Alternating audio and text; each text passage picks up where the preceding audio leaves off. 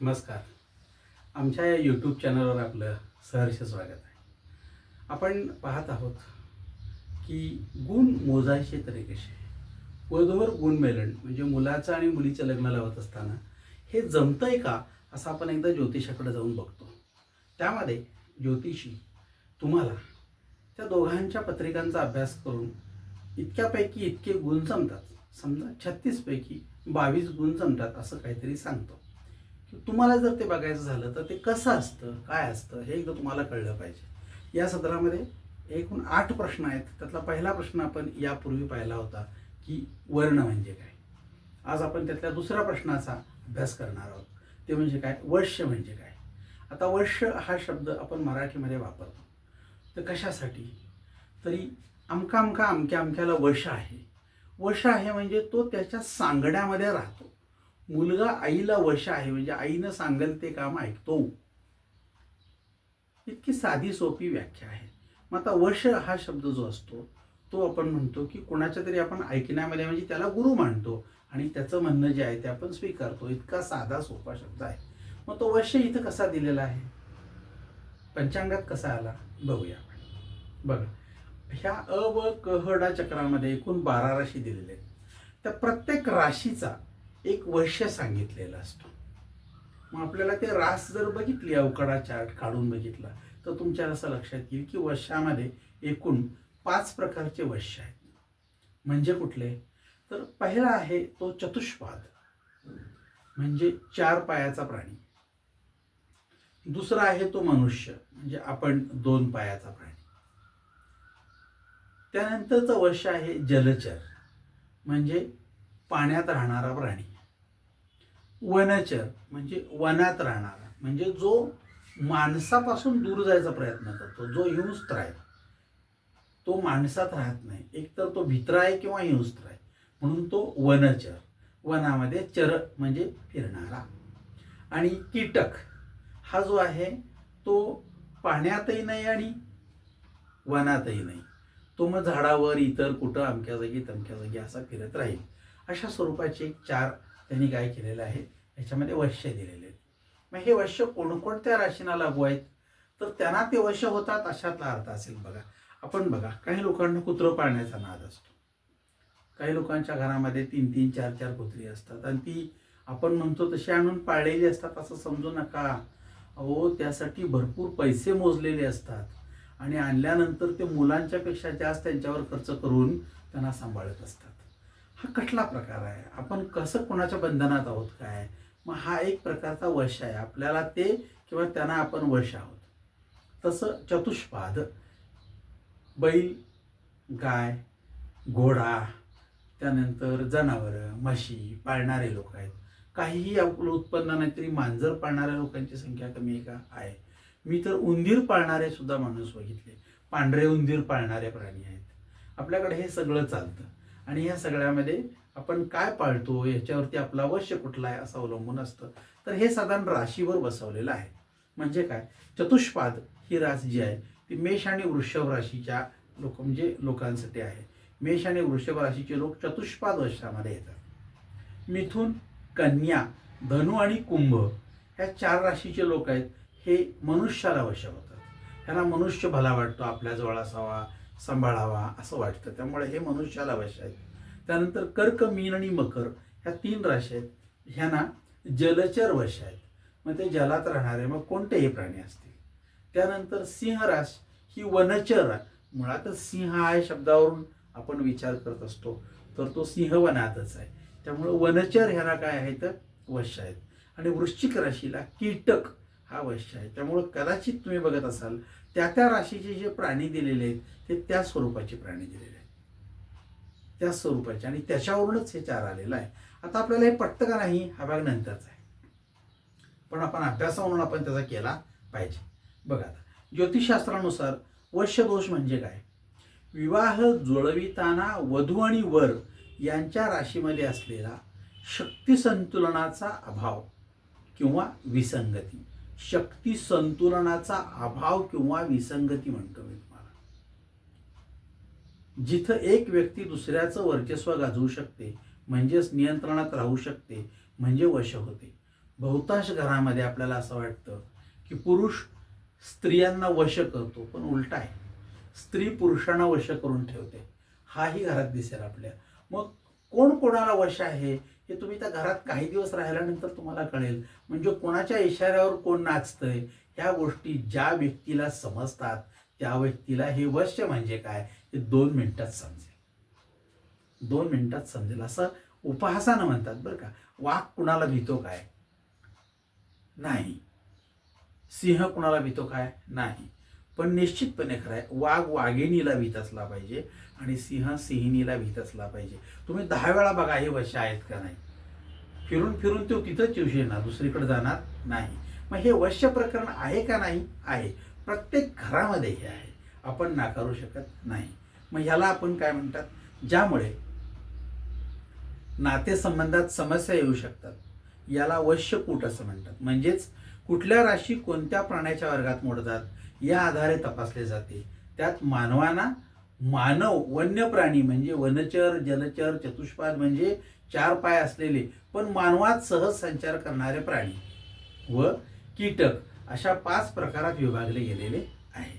त्यांच्या जोड्या जुळतात किंवा जुळत नाहीत याच्यावरून ह्या गोष्टी आपण सांभाळून घेतो. आता प्रश्न असा, वश्य म्हणजे काय? वश्य म्हणजे एका व्यक्तीची दुसऱ्या व्यक्तीवर प्रभाव टाकण्याची किंवा नियंत्रण ठेवण्याची क्षमता.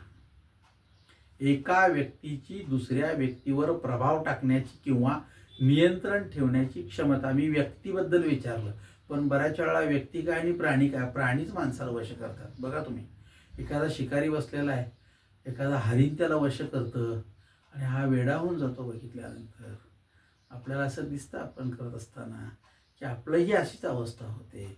म्हणून काय असू शकतं, तर ही नियंत्रण ठेवण्याची क्षमता. यामुळे पती पत्नीच्या नात्यातील वर्चस्व आणि अधीनता, वर्चस्व ह्यांचं कुणाचं कुणावर वर्चस्व आहे आणि अधीनता म्हणजे कोण कोणाच्या अधीन आहे याचं समीकरण समजतं. थोडक्यात कोण कोणाला वरचढ आहे असा शब्द मराठीमध्ये सरळ सरळ विचारला जातो. बऱ्याच वेळेला ते आलेली व्यक्ती विचारते, मुलगा वरचढ आहे का मुलगी वरचढ आहे? आता ह्या प्रश्नाचं उत्तर लगेच देणं अवघड असतं का, आपण कोणाला पाहिलेलं नसतं. पण हे इथं शक्य आहे आपल्याला, त्यामुळं आपण ह्या गोष्टी इथून अंदाज करू शकतो, लगेच उत्तर द्यायचं नाही. हा विचार मानसशास्त्रीय आहे. कारण राशींना नावे देताना आकाशात दिसलेल्या तारका समूहांना पाहून त्या ठिपक्यांना एक साजेसा प्राणी कोणता हे विचारात घेऊन नावे दिलेली आहेत. बघा, जे काही सिंहासारखं दिसलं त्याला आपण 4 पायाच्या अनेक प्राण्यांची नावं देऊ शकलो असतो, पण सिंह का दिलं तर कदाचित त्यांनी त्याचा विचार केलेला असावा. कदाचित हे नाव देताना 84 लक्ष योनीतून फिरून पुन्हा मानव जन्माला येताना शेवटचा जो जन्म असेल ते गुण त्या आत्म्यात तसेच येतात हा विचार त्यामागे असला पाहिजे. आज तो विचार पटण्यासारखा आहे. आज तो विचार पटण्यासारखाच आहे.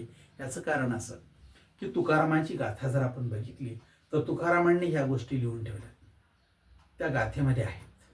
जन्म माना न माना पण त्या आहेत. ह्याचं कारण असं की माणूस जन्माला आला, हा जीव कुठून आला हे अजून कोणाला कळलेलं नाही, आणि मृत्यू झाला तेव्हा हा जीव कुठं गेला हे अजून पण कोणाला कळलेलं नाही. हे ह्या विश्वामध्ये अजूनही कधी कोणाला कळणारही नाही, तुम्ही कितीही प्रयत्न करा. मग त्यासंबंधी तुकाराम महाराजांनी जे लिहून ठेवलेलं आहे 16व्या शतकामध्ये तुकाराम गाथेमध्ये, ते शब्द कसे आहेत बघा. 84 लक्ष योनीतून जन्माचा श्लोक आहे त्यांचा. 20 लक्ष योनी वृक्षामध्ये घ्याव्यात. 84 लक्ष योनीतून आपण पुढे जातो, त्यातल्यामध्ये कसं आहे, 20 लक्ष योनी वृक्षामध्ये घ्याव्यात, जलचरी भोगाव्या 9 लक्ष. 9 लक्ष आपण जलामध्ये जलचरांमध्ये बघतो. 11 लक्ष योनी किड्यांमध्ये घ्याव्यात. 11 लक्ष योनी आपल्याला किड्यामध्ये काढाव्या लागतात. 11 लक्ष योनी किड्यामध्ये घ्याव्यात. दशलक्ष भोगाव्या पक्षामध्ये. 10 लक्ष योनी आपल्याला पक्षामध्ये भोगायच्या. 30 लक्ष योनी पशुची या घरी. 30 लक्ष योनी पशुची या घरी. पशु म्हणजे हे प्राणी, म्हैस, घोडा, गाढव, वाघ, हत्ती, अमक तमक हे. 30 लक्ष योनी पशुची या घरी. मानवा भितरी 4 लक्ष. आपल्याला मानवात 4 लक्ष योनी भोगायच्यात. आणि त्यानंतर ह्यांची बेरीज जर बघितली तर 20 अधिक 9 29 अधिक 11 40 अधिक 10 50 अधिक 30 पशुच्या 80 अधिक ह्या 4 मानवाच्या 84 लक्ष योनीतून आपण फिरतोय आणि या सगळ्यातून पार केल्याशिवाय तुम्हाला पर्याय नाही. हे अगदी साधं सोपं आहे. साधं सोपं आहे. ग्रॅज्युएशनला ॲडमिशन घेतलं, पहिल्या वर्षी 6 विषय, पुढच्या वर्षी 6 विषय, त्याच्या पुढच्या वर्षी 18 विषय तू पास झाल्याशिवाय तुला पुढे जाता येणार नाही. तुला इंग्रजी येतं आहे का, आवडतं आहे का, बाकीचं येतं आहे का मला माहीत नाही. तुला 18 विषय पूर्ण करूनच पुढे ग्रॅज्युएशनला जावं लागेल.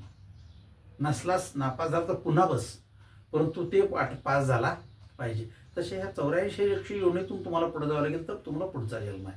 मग आपल्याला शेवटचा अमृता नेमका जन्म कुठला होता, कुठला कधी आहे त्याच्यावर ते अवलंबून आहे. त्यामुळे आपला मागचा जन्म कुठला असेल आणि त्या काळी आपण जे चिंतन केलेलं होतं ते चिंतन डोक्यात तसंच राहिलं आणि आपला आत्ता जन्म झाला तर त्या सगळ्या मनचित्त बुद्धी अहंकारावर झालेले संस्कार घेऊन आपण जन्मतो. त्यामुळे आत्ता आपल्यामध्ये पशुत्व आहे.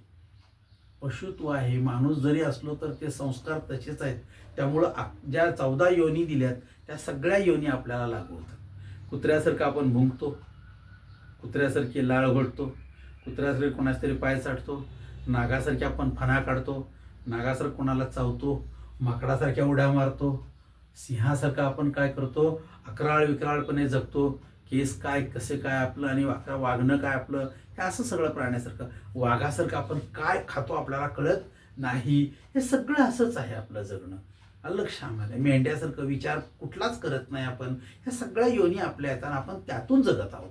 म्हणून आपण ह्या सगळ्या योनीतून, म्हणून असं म्हटलेलं बघा, man is a social animal.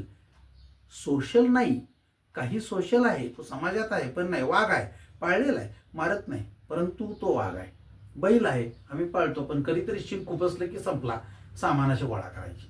नाग आहे, चावत नाही, तो दिसलाय साधा आहे पण तो चावल्यामुळे भीतीनंच मेला, असं पण होऊ शकेल आपल्याला.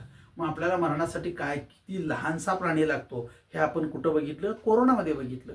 बघितला का कोणी त्याला? नाही, पण त्यानं बळी घेतला का? घेतला. कोणावर तक्रार आहे का? केस करता येते का? कोणाला पैसे मागतात का? नाही.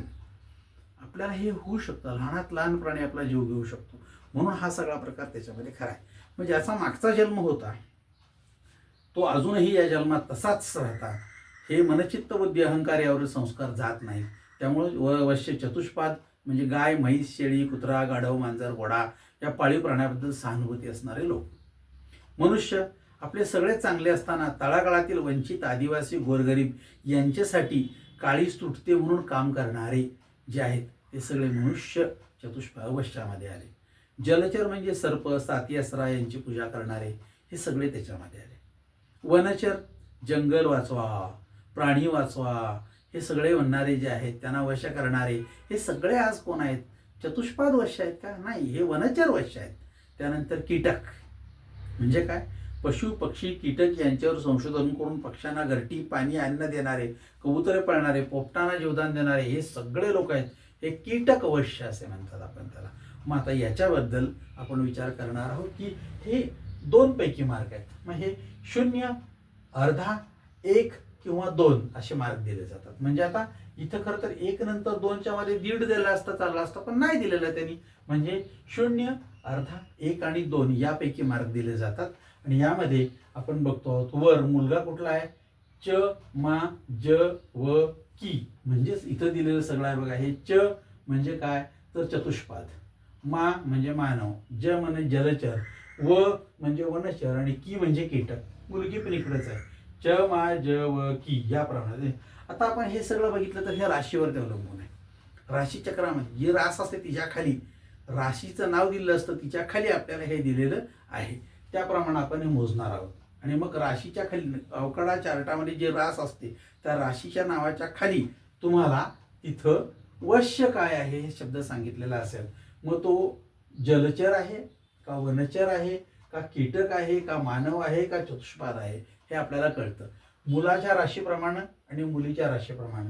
समजा मुलाची रास ही जलचर आहे तर ज मध्ये बघावं लागेल.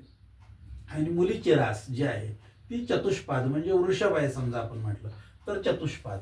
आणि हा मुलगा जलचर असेल समजा मकर राशीचा आहे तर हे ज मध्ये. म्हणजे हे च च्या पुढे गेलो आणि ज च्या खाली आलो की 1 गुण, म्हणजे 2 पैकी त्याला 1 गुण प्राप्त झाला. या पद्धतीने हे आपल्याला बघावं लागेल.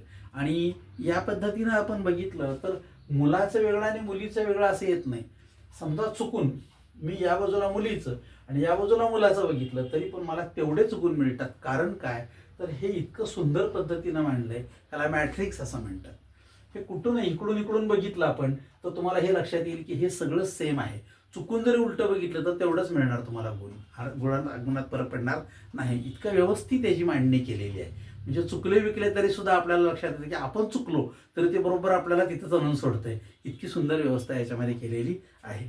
त्यामुळे आपण विचार करूया की आपण कोणाला वश आहोत, आपल्याला कोण वश आहे, आणि हे वश पण आपलं जे आहे ते आयुष्यभर असंच राहणार आहे. त्यामुळं मुलगा मुलीला वश झाला तर आयुष्य सुखाचं आहे. मुलगी जर मुलाला वश करू शकली तर तिचं आयुष्य सुंदर आहे. जर हे वश करणं हा जर प्रकार झाला नाही तर बाजारामध्ये काय घोटाळा होणार आहे. लग्न केलं, संसार चालू आहे, सगळे राहतात, पण ह्या मुलाला बाहेर कोणतरी वश करतंय तर ह्याच्या संसारामध्ये अडचणी यायला सुरुवात होणार. आणि मुलीला कोणतरी बाहेर वश करतंय किंवा मुलगी बाहेर कोणाला जर वश आहे तर ह्या माणसाला आयुष्यावर डोक्यात तोच विचार आहे. ज्या घरामध्ये एकमेकांच्या बद्दल शंकास्पद वातावरण आहे, एकमेकांच्या बद्दल संशय येण्याची प्रक्रिया आहे, त्या घरामध्ये स्वास्थ्य टिकणार नाही असं ज्योतिषी म्हणतो. म्हणून हे वश्यत्व असणं गरजेचं आहे. जर एकमेकाला हे वश करू शकले नाहीत, म्हणजे जरी ह्यात शून्य गुण असले तरी विवाहानंतर तुम्ही एकमेकाला वश केलं पाहिजे. जर वश करू शकला नाहीत आणि तुम्हाला दुसरंच जर काय वश होत असेल तर तुमच्या घरामध्ये संशयाचं वातावरण, एकमेकाबद्दलचा संशय, एकमेकाबद्दलची काय माहिती का जाणीव झालेली परिस्थिती, आणि मग कोण काय करतंय, कुठं जातंय, काय करतंय, का कुणाला पैसे देते, हे सगळं तपासण्याची सारखी भूमिका आपली संशयास्पद असते. आपले कामधंदे सोडून आपण त्याच्याच मागं लागतो आणि डोक्यामध्ये राख घालून घेतो आणि संसाराची राख रांगोळी झालेली आपण कित्येक लोकांची बघतो. त्यामुळं वश्य हे तत्व अतिशय महत्त्वाचं, ज्यामध्ये त्या संसारामध्ये सुख कसं लाभेल एवढा विचार ज्योतिषी करत असतो. त्यामुळे आपल्याला यातलं काय पटतं हे महत्त्वाचं नाही, पण बाजारात हे असं आहे हे 100% मान्य करावं लागेल. जेव्हा आपण हजारो घरं फिरतो तेव्हा आपल्याला हे लक्षात येतं, मला तेवढं भाग्य लाभलं, मी हजारो घरं फिरलो आणि मला हे वश्य तत्व लक्षात आलं की एकमेका जागी राहतात पण एकमेकाबद्दल विश्वास नाही. असं जेव्हा वातावरण असतं तेव्हा ते घर नसतं तर ते हॉस्टेल असतं. आपल्याला हॉस्टेल नको आहे, घर पाहिजे असेल तर आपल्याला ह्या गोष्टी पुन्हा पुन्हा नसतील तर ते टिकवायला पाहिजेत. म्हणून एकदा व्यवस्थित विचार करून घ्या. या शास्त्रकारांनी विचार करताना केवढा विचार केला असेल आणि एवढी विचार करण्याची त्यांची क्षमता जी आहे की आज ते एवढी नाही आहे. मग इतका विचार जर ते करत असतील तर हे टिकावं, यांच्यात आनंद मिळावा हाच त्यातला हेतू असेल. आपलाही तोच असला पाहिजे आणि आपण त्या दृष्टिकोनातून शिकलो पाहिजे. प्रयत्न करा. यानंतरचा तिसरा व्हिडिओ हा याच्या पुढच्या एका प्रकारचा असेल, म्हणजे हा 2 नंबरचा. तर 3 नंबरचं काय आहे आपल्याकडे, तर तारा म्हणजे काय. तर आपण तारा म्हणजे काय ह्या 3 नंबरच्या प्रकारात बघणार आहोत. प्रयत्न करा, वाचा, 4 वेळा विचार करा. काही शंका आली तर मला आपण कमेंटमध्ये सांगू शकता.